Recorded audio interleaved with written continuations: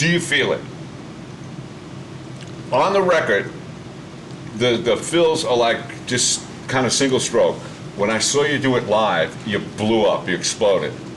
Why was it so simple on the record? Was it because of the recording? Or? You know, I think the night that we recorded Do You Feel It, it wasn't a really great recording night. And I just barely just did some, I didn't really have a lot of innovation in me at the time. But when we afterwards, you bring to it what you can bring to it. There's a lot of those records recording-wise, I don't think were really played exceptionally well. And I played them much better afterwards. Afterwards I brought more to it. I guess you just, a player is like that. You must be like that. What was it like when Billy came in? Billy would have a part of the song, and then we would kind of complete it in the studio.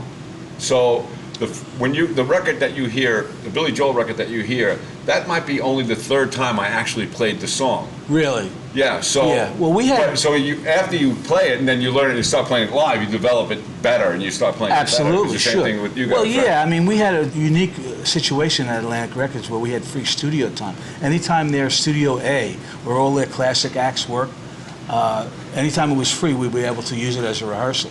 So we stayed in there all the time. We just jammed, and so we would get a new song or something. Felix would come in with an idea for a melody, maybe a lyric or two or something, or Eddie would come up with something, and we would just rip it apart and just come up with it. And I would try and take it like You Better Run.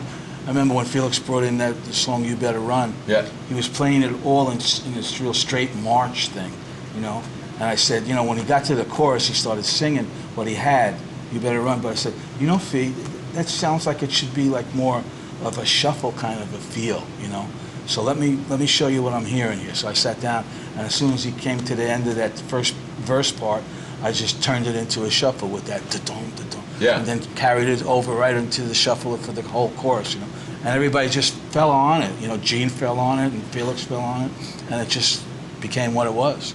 You talk about You Better Run. That song. Today, kids learn these fills that Dave Weckl does, and all these fancy guys and stuff like that, and they're amazed by those fills. How come which are pretty amazing. Fill like in You Better Run, when you just you were going dun dun dun, and you went that is like that was unbelievable. You know what, Tommy Dowd, great engineer Tommy Dowd, we both know and love. He was wonderful. Him and Arif used to oversee us all the time. They were always very, very smart. They didn't try to direct us too much, because they knew we were very inventive as a band. So they just let us go, And I did that. The first time I did that, I didn't like it. I said, Tommy, stop. I'm sorry. We were laying down some ideas. I said, I'll do it again. I won't make the mistake. He said, Dino, don't change that. That's great. He was always, up for anything that was interesting. Yeah. Sometimes your best stuff is your mistakes. Yeah, I was looking for stuff, but that particular thing I found, and that, became really.